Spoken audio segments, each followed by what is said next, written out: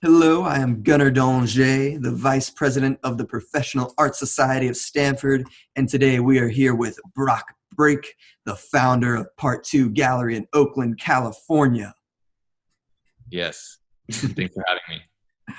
I was wondering to start off if you wanted to talk a bit about your early interest in art, your background going from college in Chicago to Oakland, California. Sure. So I'll take it back even a little bit further than that. So I'm from a very small farm town in Ohio, Marysville, Ohio. And so growing up, I didn't have a lot of exposure to, museums or galleries, or, I didn't know what graffiti was until I was, in high school. Just really wasn't exposed to a lot of that. So growing up, I found Juxtapose magazine and then found Fecal Face Gallery that was based in San Francisco for a handful of years. And those were kind of my pipelines to the creative culture that we all are familiar with today. Checking the websites on a regular basis, reading the magazines, living vicariously through, these different platforms and magazines gave a lot of insight and inspiration into what I wanted to do with my life. I then went to art school for photography, went for photojournalism. During that time, I also grew up skateboarding, which has been a big factor in my involvement in the arts. Essentially, I met through skateboarding, I met the graffiti kids, was documenting them in Chicago while I was at school. Then they started getting more attention and more press. So then I started helping them, getting their images on Juxtapose and things like that. They started getting more exhibition opportunities. And so I was there to document that and help a lot with the installations and things like that. I guess, again, before I moved to San Francisco, I started working for a gallery called Pawnworks Chicago, where I was working hands-on and documenting a lot of international and local artists doing murals and public art projects and slowly more exhibitions. And so just kind of was self-taught through all of this with, in school, I didn't take gallery practice or gallery, whatever kind of classes they have to offer. So everything was just kind of supernatural, just meeting people through my peers, having those opportunities. So then when I got to the Bay Area, I found a gallery, White Walls, and they were kind of a leading street art, public art gallery for a handful of years that eventually closed. While working for them, I kind of learned how not to run a space. And just, I maintained tons of connections, was doing closer to 50 to 60 probably exhibitions a year, and was kind of left to just kind of navigate and figure out like how to do that. And just working with all these artists I didn't really know, and was being super underpaid. And, it was just not really like a very humbling experience, I guess. It was definitely like an interesting one. It taught me to really respect a lot of my peers and to work hard for them more so than for a paycheck or for anything like that. And so after a few years at White Walls, when that finally closed, I had the opportunity to open my own space in Oakland. That was around for about 2.5 years. That was Ath and B Gallery. I was 25 when that started. I then closed that because I was working with an older gentleman who I guess just, I feel like he didn't really take me seriously or wasn't on the same page with certain things. So we had a falling out, and I had an opportunity to move the gallery next door and open another space, which has now become Part 2 Gallery. And so yeah, it's been a little over 5 years of just kind of figuring out how to put shows together. That first space was my first time curating a show on my own and putting things together. So there was just a lot of figuring it out that kind of came along with all of it. So really just like learning as you go. Yeah, I mean, because it's so hard. Like, I think a lot of people that work in the fine arts and stuff, regardless of what city, I think so many people have so many things to say about their own experiences and things, and what's right, what's wrong, what you can expect, what you can't expect. But I really think that at the end of the day, it's completely different for each person. And that's why I think it's really important to have a good reputation with your peers, because they're the ones that are going to give you the most insight They're going to be there for you, kind of hold your hand if you need it. I'm wondering about those early relationships you made with artists who you were around, and how that relationship changed as you said, okay, I'm starting my own space. I'm moving into this new role. Totally. Well, it's like the owner of the space before I had my own would leave me with like these like super low budget, I had like a couple $100s to put on a show with like 4 artists and like 3 solo shows, and where stuff needs stretched and this and that. So really it was just kind of like going through it with the artist. They weren't necessarily pissed at me because I'm just the hired help, the person that's there to help brainstorm and problem solve with them. So I mean, like, that was years of that. I was there late night with them after everybody went home, and having dialogue and going out for meals, and having drinks and just being vulnerable. And one of the things that I think I took from that was not asking a lot of questions and not making everything about me, but really more so just kind of being like a good friend to them. And so then when it came time to opening my own space, and even before that, while that gallery was going through it and closing, there was a lot of issues with like shipping things back, people not getting their work, the owner not responding. And so I did like kind of basically like break in to the spot to like pull out works, and would sneak works out to get back to people. And so when I had the opportunity to open my own space, everybody was there to support it, to be supportive. White Walls was working with like Harakoot and Roa, and just all these people that have world renowned reputations that didn't need to work with me for any reason. They have plenty of other galleries, but because we had developed this friendship and this understanding of who I am and what I'm trying to do, they were more than open to working with me, and were there to be in the first show that I put together, and were there to answer questions or to recommend other artists to me. So I think that downtime was essentially the most important thing for me as a young creative to learn and be a part of, in order to get to where I feel like I am today. Like, I owe all of it to the artists and the conversations that we've had. It's like the artists will definitely tell you how they feel about things when you're out for a drink and you've been working on an installation for 10, 12 hours. They'll let you know certain things about like how things should be or shouldn't be, or how this person's like screwing over these folks, or I don't know. It's something that I feel like you can't necessarily get from a school or an education per se.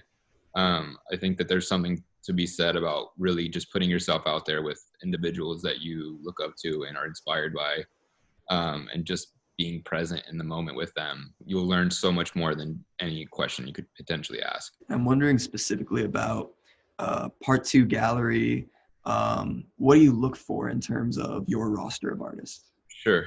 So I mean, honestly, like I just turned 30 last August. I'll be 31 in a few months.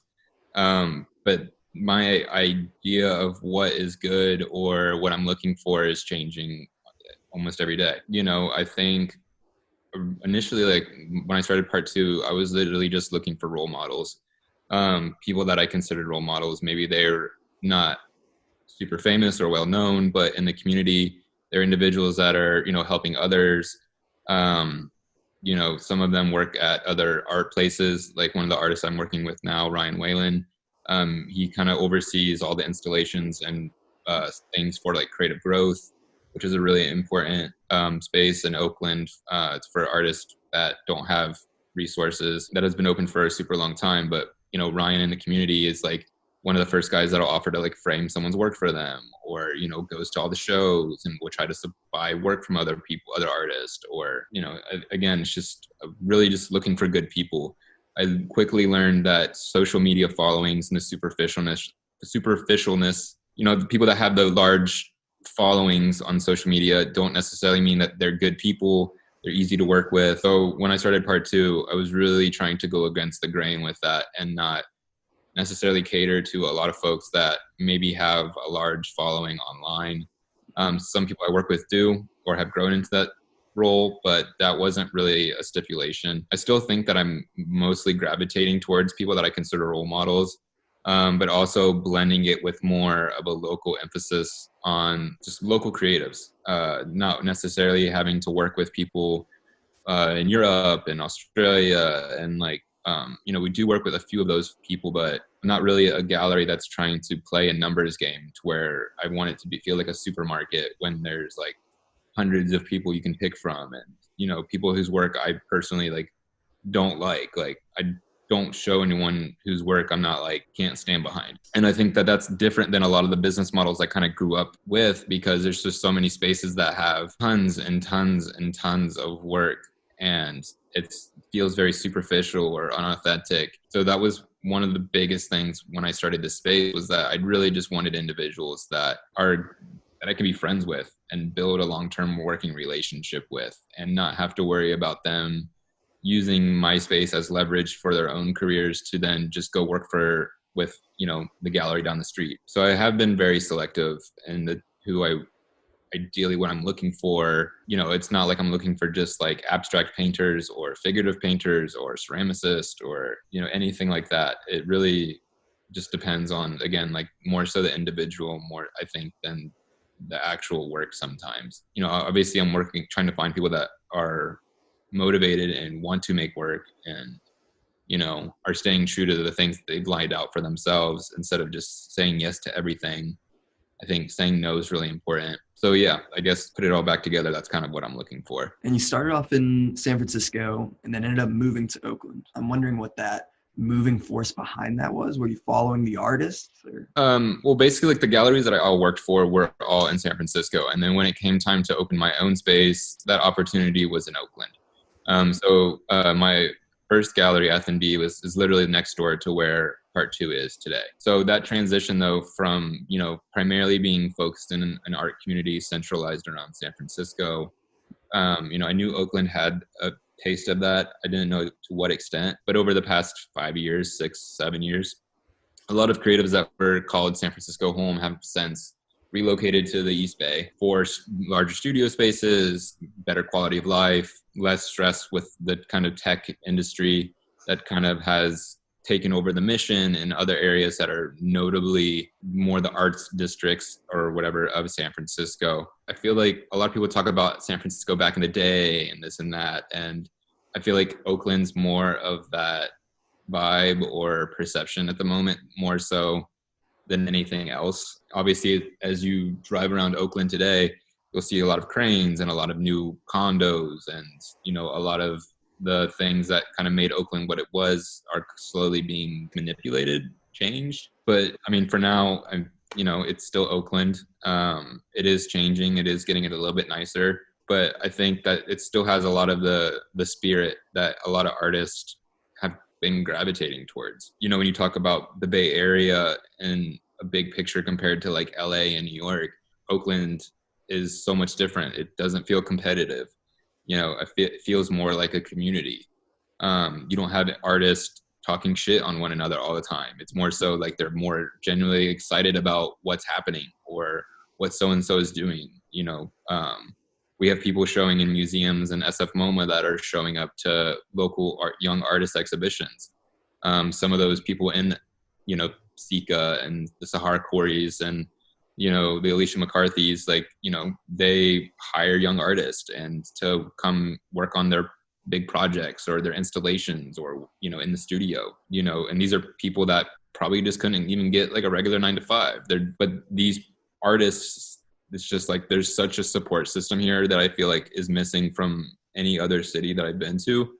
And that's one of the reasons why I don't want to leave Oakland. And, I'm kind of trying to figure out ways to work around the high prices and all of that, because I really feel like it has as a community, Oakland is that strong support system that a lot of creatives need and are looking for. And that's why I feel like you see a lot of people move from LA to New York or vice versa, kind of in search for something. But when they come to Oakland, it's really refreshing. Like, I've never had an artist come here and be like, I hate Oakland. Everybody's kind of like, man, I would love to live here. Or like, and some people have eventually moved here that we've worked with. And I think that's really rad.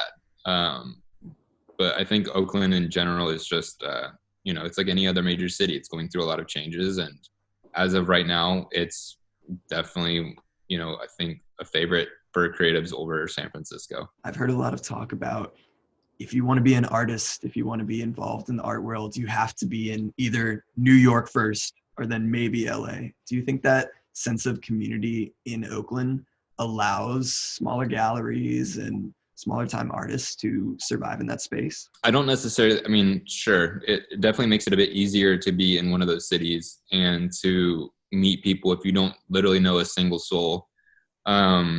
But it's also hard. The Bay Area, it's so much smaller compared to those two cities just based on population alone. So when you cut out a lot of that number of folks that are present in a situation like the arts community, it makes it much more easily accessible to get jobs at, the Gagosians or the Blue Chips or, the SF MoMA as an art handler or things like that versus, going against tons of people that maybe have experience, have been living there for however many years. They're going to live and die in New York. It's hard to have that kind of competitive drive, I guess, in some of those places. But I feel like in the Bay Area, there's just if you're like a good person and you work hard and you're authentic and you're true to yourself, it's so much easier, I think, to make those connections and bridge those gaps with people that you might be looking for, whether that's just a good group of peers that it's going to put you on or, be there for you, or that, that older artist that maybe will teach you lessons that you carry on for the rest of your life. Yes, I think those things are accessible in New York and LA, but I definitely think that there's something special about what the Bay Area has to offer, in particular Oakland. I'm wondering if you could break down 1 week in the life of Brock. What percentage of your life is involved with directly interacting with the arts? On a regular week, it's like I'm taking phone calls, I'm taking meetings, I'm uploading the website and handling the social media, I'm selling the works, I'm packing the works, I'm shipping the works. It's a little bit of everything, but for the most part, I've been working probably more than I normally do without all of this happening. And that's because I'm talking to the artists I'm working with because I'm friends with all of them. So I'm also trying to figure out what I can do to be helpful for them, or figure out ways they might be able to be helpful for me. It's a lot of work. It's very stressful, managing your own business and making sure that you have a budget that you can live off of and take care of the bills and, have enough set aside to get through the next couple months. My wife's also an artist, so we kind of don't really have regular 9-to-5s. We kind of live it all day, all night, just all the time. I'm working with a few artists in different parts of the world. So when it's time for me to go to bed, they're getting up. And when I'm getting up in the morning, some are getting ready to go to bed and take care of their families and stuff. So it's definitely a lifestyle. It's not necessarily, I would say, just a job, but there's so much more to it. I'm not a 9-to-5 employee to where 10 more minutes and I get to clock out and not think about this for the rest of the day. I go home and, I talk to my wife or we have dinner, and then I probably get back on the computer and do more emails or website stuff, So it's kind of relentless and it's kind of just always happening. But that's also just because the people that I'm working with are also super proactive. It's not like we're all just well, shit, what do we do? It's well, what can we do together to make this work? A lot of artists are having a hard time making things right now. We've just been talking about life and stuff sometimes. We'll spend 3 hours on the phone just talking about that, and it has nothing to do with our business relationships. But one of the things I think a lot of galleries miss out on is the potential for friendship that transcends past any kind of business. Just oh, you owe me money, what's up, blah, blah, blah. I need more things to sell. I tried not to make things just about me ever. Honestly, the gallery world, if you are a curator or running your own space, it's one of the most thankless jobs you could ever think of, but the relationships that come from it are what makes it all worth it. Yeah, I was just about to ask you. You've talked about sort of with independence, how much stress comes with that, how much, how you have to be relentless. What ends up being the reward for you? Just being able to help people. There's been so many artists that I started working with, 5 years ago, painting in their bedrooms, just kind of self-taught, whatever. And, now some of them are starting to open up their first museum shows or being involved in group shows or, they're painting a large mural down the street that is on like a old historic building. The reward for me is just being able to see people progress and to do things they probably wouldn't have normally been able to do. I've worked with tons of artists that had 9-to-5s or regular jobs or little side hustles who have now been able to wean themselves off of those things. I'm blessed that with all of my ventures, I haven't had to put any of my own money into it. It's just been my time, and I've been able to pay my bills and take care of myself since the beginning. So part of the relentlessness of it is like, it's been kind of working out since I've started it. It takes some businesses years to be able to turn a profit or to be able to be self-sufficient, for it to be able to take care of itself. Again, we've been able to do it pretty much right from the get, just because putting that much time and effort into it, but also like, I'm a person that tries to think 3 steps ahead and just be very organized.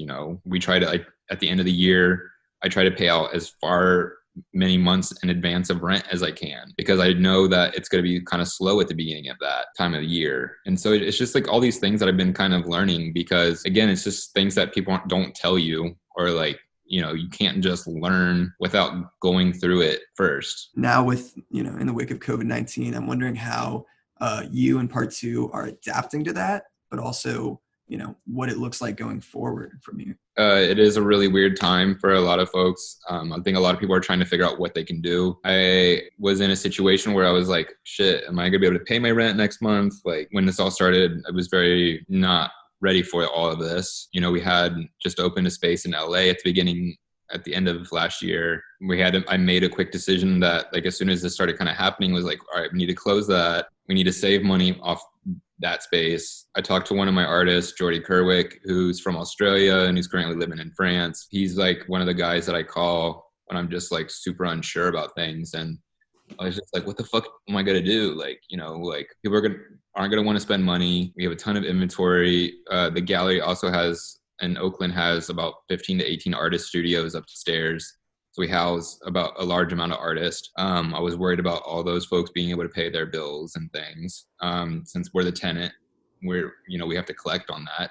And if we can't, then we have to front it. And so there was just all these things. And I was like, all right, like, I have a really great group of people that surround me. I know that people are going to be making things probably during this time. Recently with Art Basel Hong Kong closing, all of a sudden these like online viewing rooms and things started becoming a thing. And I was like, man, that's so elitist, blah, blah, blah. Like, they're selling all these crazy pieces for such a large amount of money. And then I was just kind of thinking about like, well, how do I make this more accessible for my demographic of people? And so I was just kind of like, well, I was putting together a book with Jordy, and I had like 70 unframed paper pieces. And I was like, oh shit, like I could probably, I talked to him and we were like, we could normally sell these for like 800. And he was like, well, what happens if we reduce the price of it a bit and just offer like a permanent discount through this period of time? So we'll sell them for like this amount versus this. And that kind of got me thinking, I'm like, well, what if other artists I'm working with maybe did unframed paper pieces, or just not like 5x5 canvases that cost $10,000 or something? And, allowing some of these bigger artists that are used to putting out these larger works that are more expensive to, for a small amount of time, kind of put out something more accessible that won't be available again, because we're hopefully not going to be in the same boat. So I started talking to a few more people, and they were like, oh, like, this would be great. I actually just got laid off from my restaurant job. Or, I just moved, like one of my artists just moved to New York, and she was like, I don't have a job yet. And, I'm kind of worried about paying rent when I'm stuck inside for 3 months. And so just hearing where everyone was at, I was like, well, let's do these online viewing rooms. So now we have about, I think, over 30 artists involved. Some people are updating it on a weekly basis or bi-weekly basis, just what they have been working on.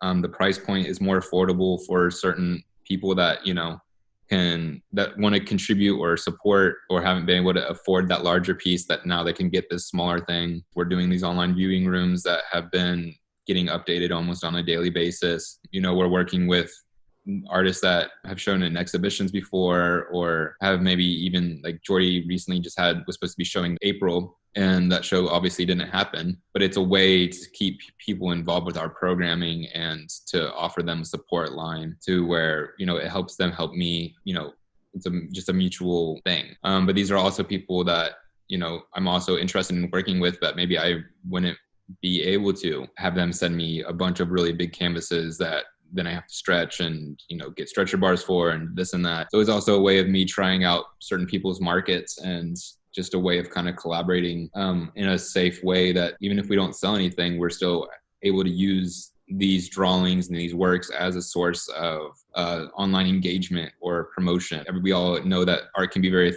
therapeutic for folks. I think a lot of people have gotten, it gives them something to do. It gives them something to focus on versus just looking at the news and being like why, or I think that's kind of where we're at with how we're trying to stay afloat as a business and how we're trying to help the artists that we're working with is through these online viewing rooms. It just kind of came through conversation with my peers. Pretty much everything I've done, I don't just trust my own instincts on. It's something where then after that conversation with Jordy, where I started he's like, well, what do you need? And I started listing off, I need artwork, I need funds, I need blah, blah, blah. And then it just kind of pieced itself together. And then I took that conversation and then called Musée. And then I called Brett. And then I called, so-and-so. And then I talked to my wife. And then I talked to another couple more artists. And that's kind of been the whole idea with the space since I opened. All the artists that I represent, I only represent, I think, 7 artists at the moment. Each one of those people I've asked, what do you think of these people's work? Or, it's never just solely my decision, because my peers are going to be what helps me with everything. And it's kept me so grounded and humble and aware of things. I think that a lot of people could use that as a reflection, their peers, to talk out ideas that maybe don't make any sense whatsoever. And all of a sudden, after a conversation, a drink or two, with some of your friends, things might start coming together more. Yeah, it seems like you've really taken on this unselfish, sort of humble attitude about the whole thing, not making it about you. Do you find that comes back around where people are more inclined to work with you and help you taking on that? Sure. And again, it's the art world, right? So, I've worked for plenty of people where the curator or the owner, they think it's mostly about them. And, it's a big ego trip. And, it's just, those are all the things that I didn't like about the art world. It didn't resonate with me. When it came time to start working with some of these artists, I think me putting myself second, and, it's when I very rarely do interviews or things that are public. And, when we do artist talks, I do a very brief introduction at the gallery and I pass it right over to the artist. I don't want people to be when they think of part 2, to think of Brock Break as well.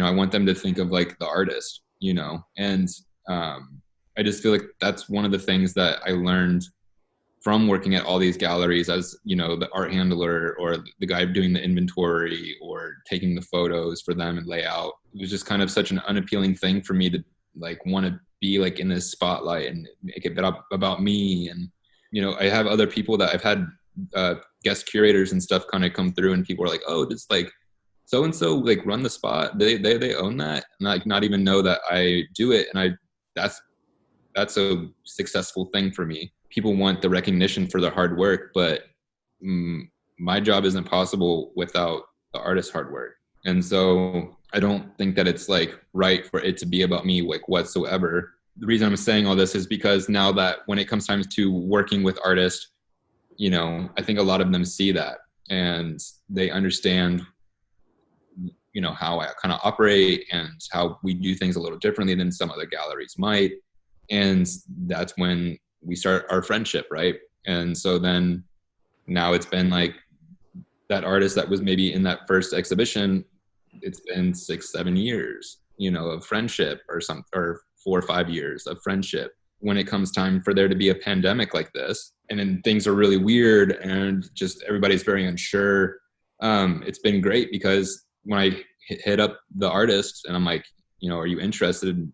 They might be at first a little weary or not so sure, but they say yes, and they want to help and they want to be a part of this community. And, a few people have been like an artist just dropped off some ceramics that I got to photograph in a minute. But she was just like, thank you for, thinking of me and involving me in this. It's been very therapeutic for me to like utilize my studio space and be able to like give people hope and like something to look at. And, just, I think a lot of people staying at home all the time now are, I think the art will be good in the next handful of months, because I think that, people are starting to realize they don't need that Fendi bag or whatever, or the shit we don't need. I still pretty much am a firm believer that we don't necessarily need art, but it does make an impact in your day-to-day life if it's present in the environment. And then you've already accomplished so much and you're only 30 years old. Do you look forward and say, these are things that I'd like to do? Or are you just sort of like, I'd like to keep doing this and rolling it on?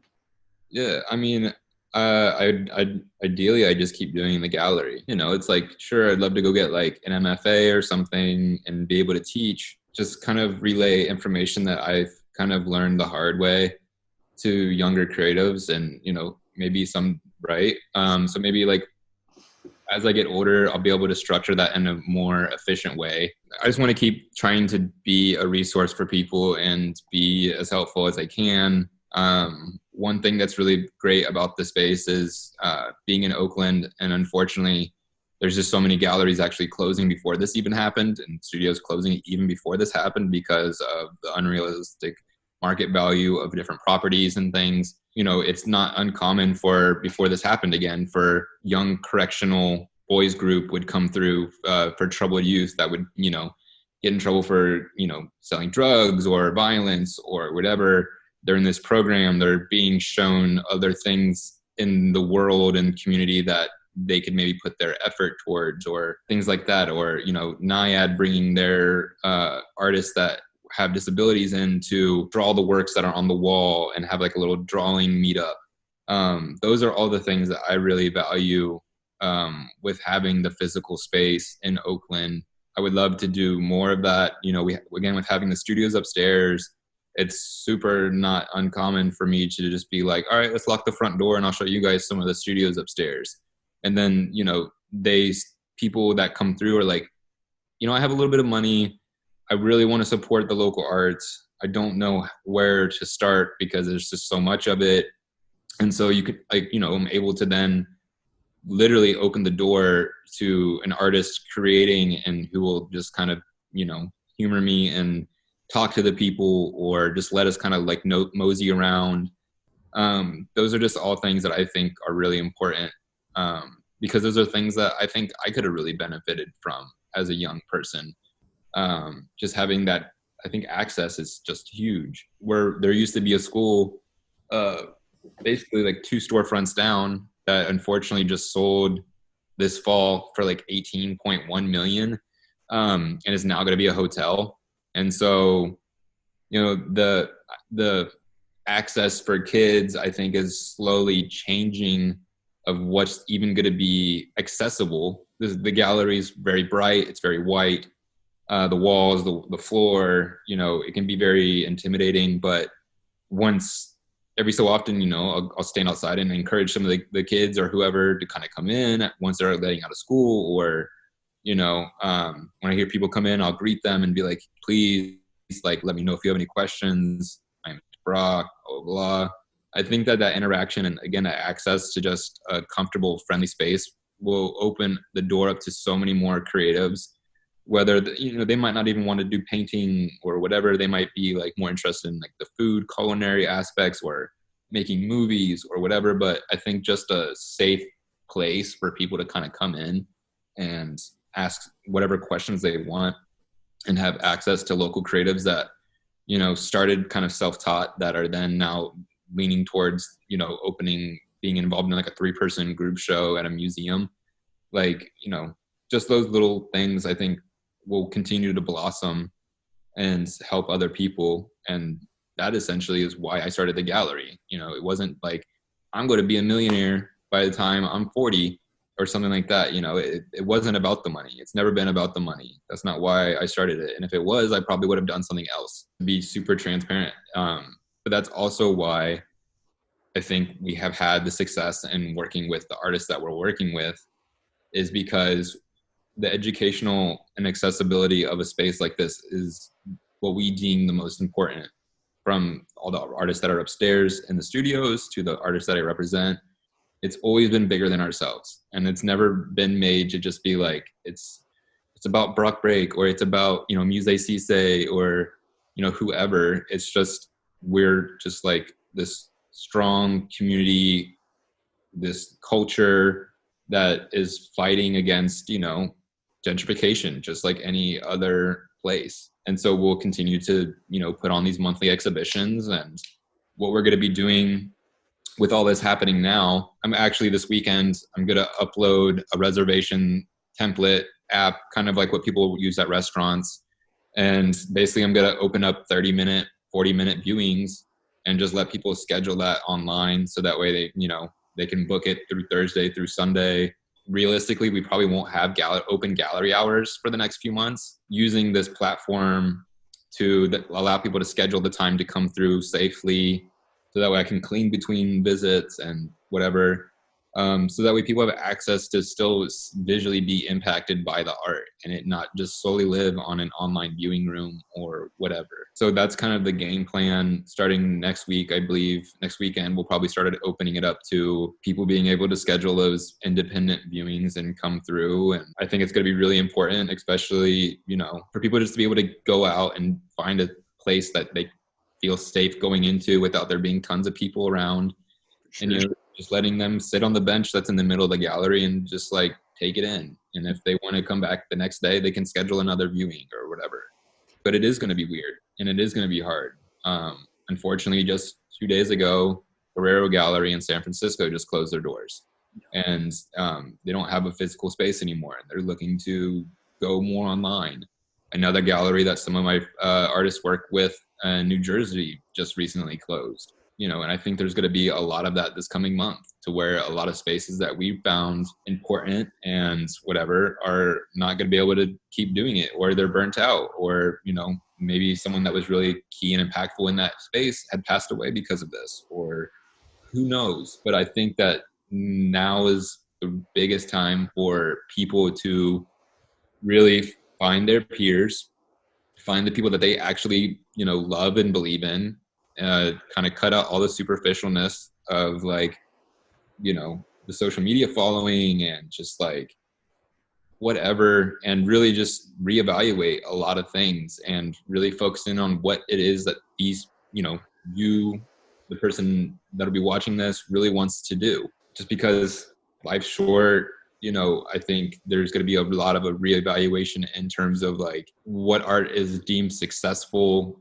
I mean, there's plenty of artists going live on Instagram and, you know, interviews and things being conducted. I know it's kind of a faux pas or whatever, but like Jerry Gagosian, she's been opening up a lot of really interesting dialogues with Jerry Saltz, to Chloe, to, or, you know, it's just really interesting to just hear how people are, how they're doing with all of this. Some artists are like, I can't make anything.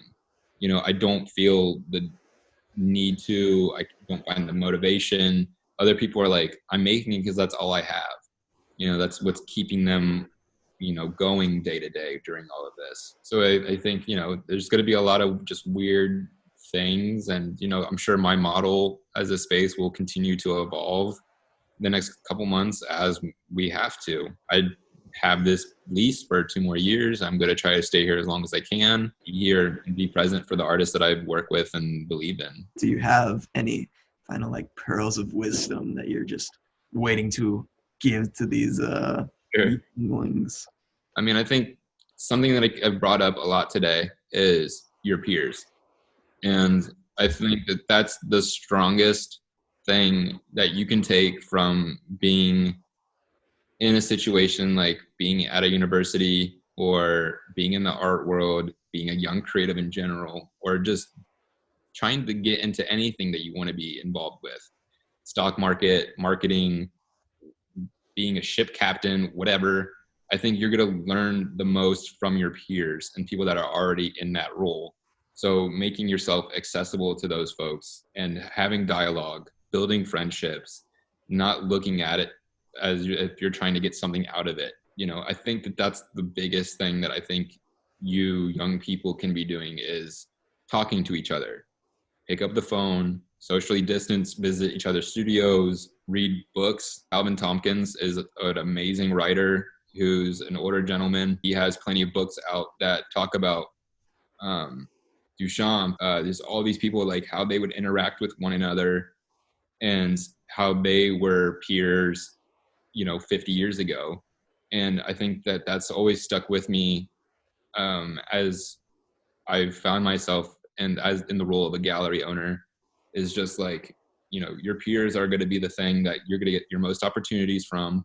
You're going to learn, you might be able to avoid some really traumatic times or experiences through the conversations with your peers.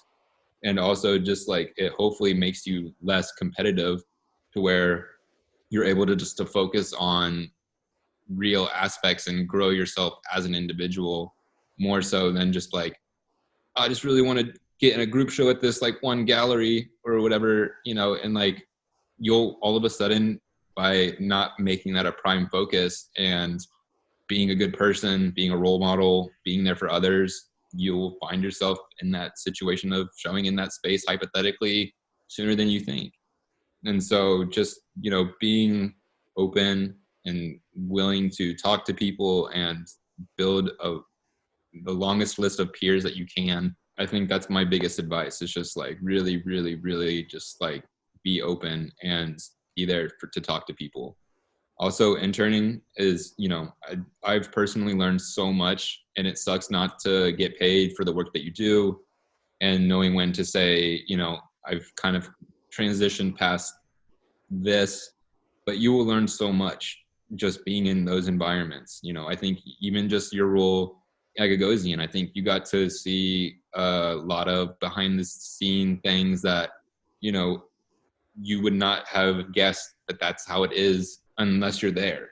And so putting yourself in uncomfortable situations through interning or whatever, you'll get such a leg up on and then, you can then talk to your peers and you'll meet more peers that, oh, like you work at Gagosian, I work at Bergeruin, or I work at MSP, Minnesota Street Projects, doing art installations for large, rich folks that are buying, museum quality works, like these are all ways that you're going to learn how to navigate and be a well-rounded creative by putting yourself in those situations and in those environments, even if you don't agree with it. So like, I guess peers and just getting involved to whatever extent you can, because that's how I learned. Staying late after hours at the gallery, doing really weird, obnoxious errands for artists, just putting yourself out there, I think is like one of the biggest things. But I think it's also really important to just like not